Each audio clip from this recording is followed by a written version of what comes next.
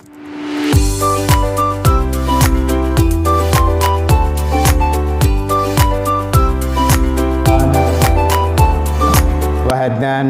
bil Qur'an wastajaba da'watana bil fadli wal ihsan wassalatu wassalamu ala asyrafil anam Sayyidina Muhammad wa ala alihi wa ashabihi wa man tabi'ahum bi ihsanin ila yaumil qiyam wa ba'd. Hadirin sekalian, para jamaah sholat isya, sholat tarawih di Masjid Raudhatul Falah, marilah kita tiada henti memanjatkan rasa syukur atas nikmat yang dianugerahkan oleh Allah kepada kita.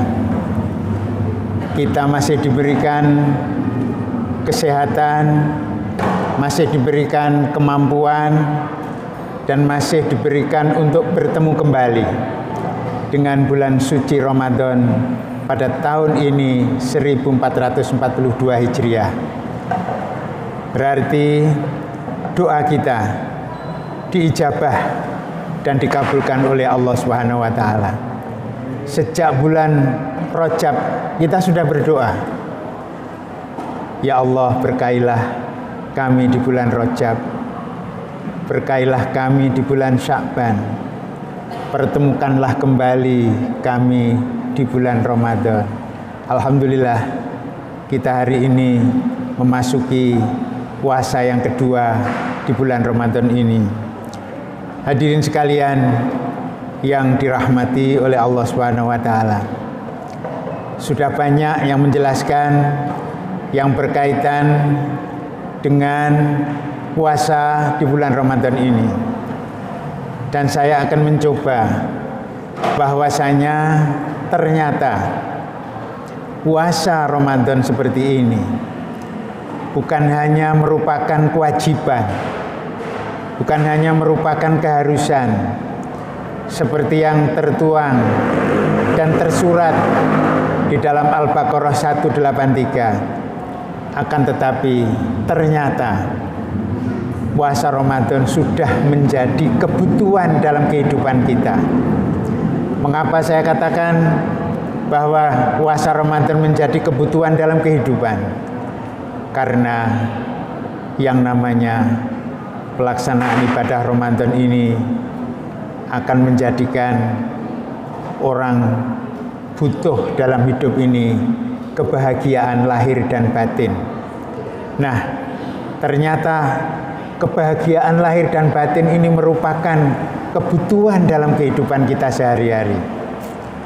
Dengan puasa Ramadan, maka kita akan memperoleh ketenangan, kita akan memperoleh ketentraman, kita akan memperoleh kesejukan di dalam kehidupan, dalam hati kita ini. Bagaimana tidak, memasuki bulan Ramadan, kita sudah menyiapkan diri untuk melaksanakan semua kewajiban-kewajiban yang harus dipenuhi. Dengan demikian kita merasa hidup ini tenang, hidup ini tentram. Makanya dalam tahapannya bahwa 10 hari yang pertama kita akan memasuki hari-hari yang disebut dengan awwaluhu rahmah. Kita memasuki hari-hari yang mendapatkan karunia. Indikatornya orang yang memperoleh karunia dan rahmat Allah hidup ini adalah dalam keadaan hidup yang tenang, hidup yang tentram, hidup yang bahagia, baik batin maupun lahirnya. Hadirin sekalian yang dirahmati oleh Allah Subhanahu wa taala. Kemudian kebutuhan dalam kehidupan ini ternyata kita dilatih untuk mengendalikan diri. Kita tidak makan, tidak minum, mulai terbit fajar sampai terbenam matahari. Dan juga kita harus mengendalikan yang namanya hawa nafsu. Nah, kebiasaan-kebiasaan ini ternyata menjadi kebutuhan dalam kehidupan kita, sehingga akan tumbuh dalam perasaan kita. Ternyata orang yang mencoba untuk mengendalikan makan, minum, mengendalikan hawa nafsu. Ini menjadi sesuatu yang sangat baik, menjadi sesuatu yang peduli terhadap yang lain. Bagaimana bila mana orang lain tidak mempunyai apa-apa, merasakan yang namanya kekurangan, kelaparan, kehausan, timbullah rasa dalam hati kita ini peduli terhadap orang lain. Hadirin sekalian yang dirahmati oleh Allah Subhanahu wa taala.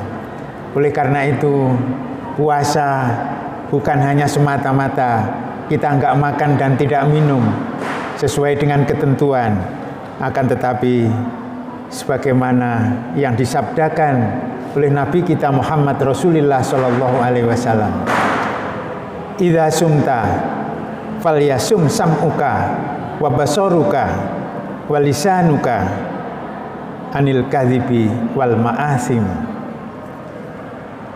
Apabila engkau berpuasa, maka puasa pula lah pendengaran kalian, puasa pula lisan kalian, puasa pula lah penglihatan kalian, yang itu semua akan mencegah dari perbuatan-perbuatan yang durhaka, perbuatan-perbuatan kebohongan, dan juga akan mencegah dari perbuatan-perbuatan dosa.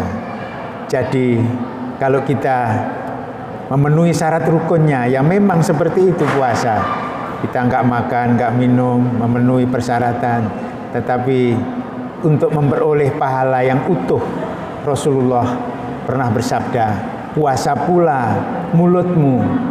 Artinya kita harus bicara dengan pembicaraan yang benar.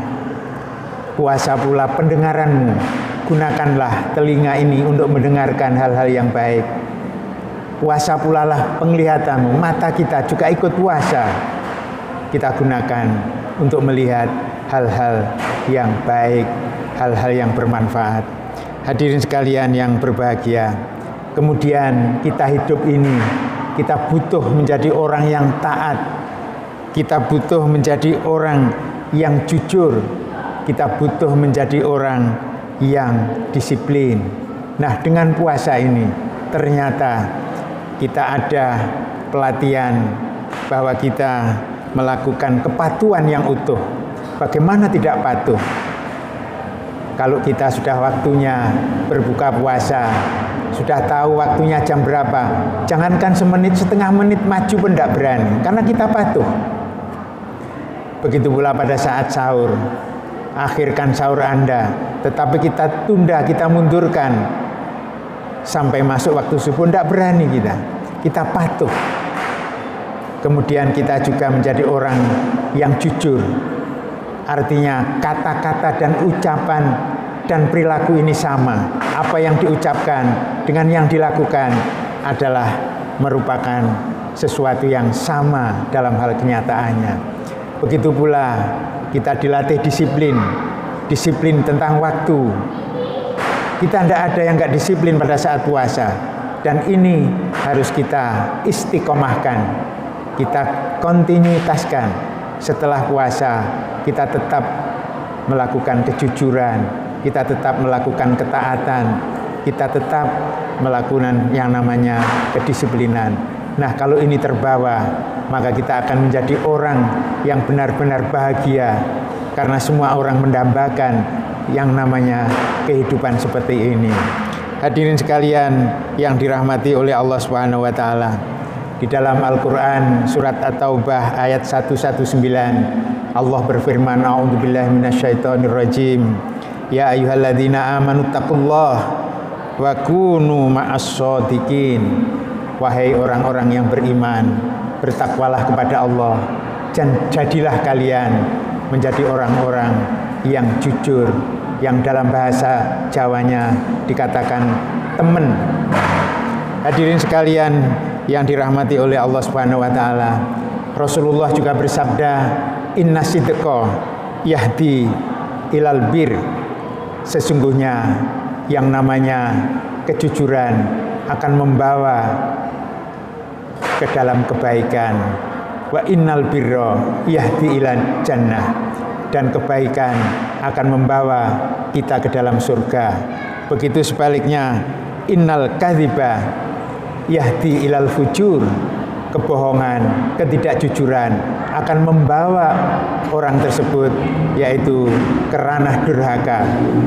Wa innal kadziba yahdi ilan nar, dan kedurhakaan ini akan membawa ke dalam api neraka.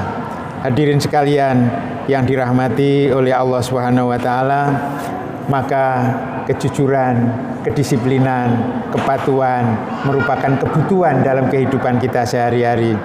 Rasulullah Shallallahu Alaihi Wasallam, beliau pernah ditanya oleh para sahabat, ya Rasulullah, ditanya an aksarima yadkhulun nasu al jannah, ditanya, ya Rasulullah, orang-orang manusia-manusia yang banyak masuk surga itu dikarenakan apa ya Rasulullah? Kemudian Rasulullah menjawab, faqala taqwallah wa husnul khuluq, karena mereka takwa kepada Allah dan akhlaknya akhlak yang baik. Puasa Ramadan dalam Al-Quran surat Al-Baqarah ayat 183, bahwa apa yang diinginkan dari puasa ini tiada lain tujuannya adalah bertakwa kepada Allah Subhanahu wa taala. Orang yang bertakwa digambarkan di dalam surat Ali Imran ayat 133 sampai 135, bahwasanya di sana disebutkan wasari'u ila maghfiratin mir rabbikum wa jannatin arduwas samawati wal ard uiddat lil muttaqin. Bergegaslah kalian menuju pengampunannya Allah dan menuju surga yang luasnya seluas langit dan bumi. Nah, kalau seperti ini, untuk siapa yang namanya surga yang seluas langit dan bumi?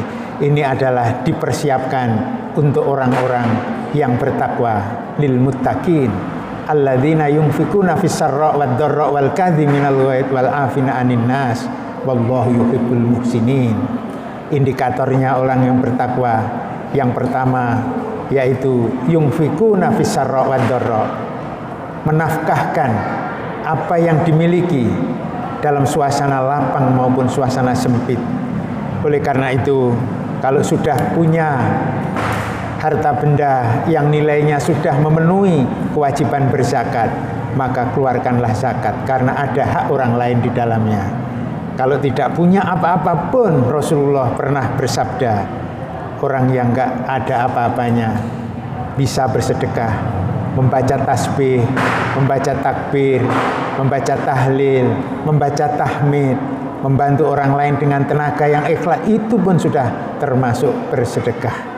Hadirin sekalian yang dirahmati oleh Allah Subhanahu wa taala, indikator berikutnya orang yang bertakwa adalah orang yang mampu mengendalikan hawa nafsunya.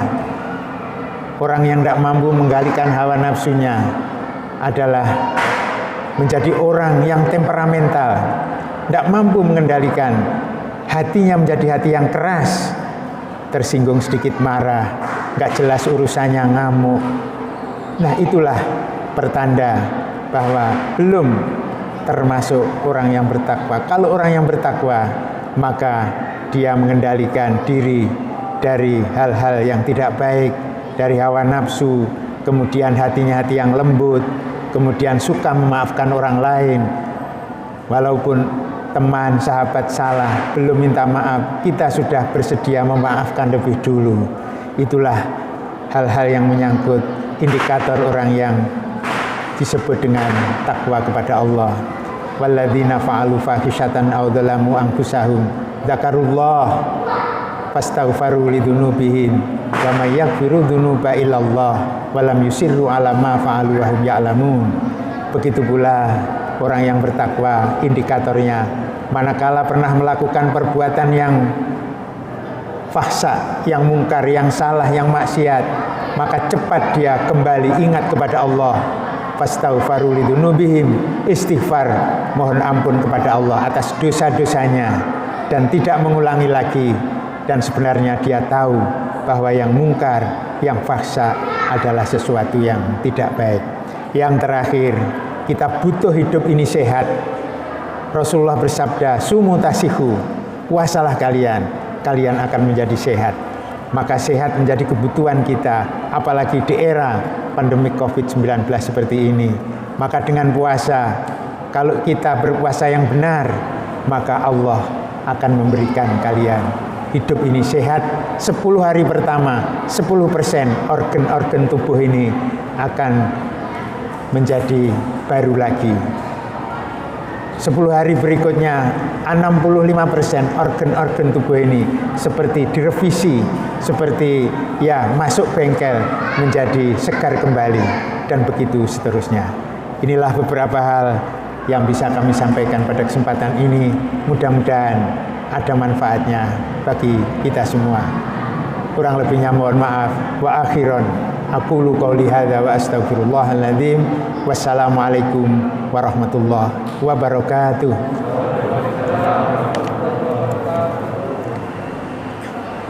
Mari kita sholat tarawih bersama-sama.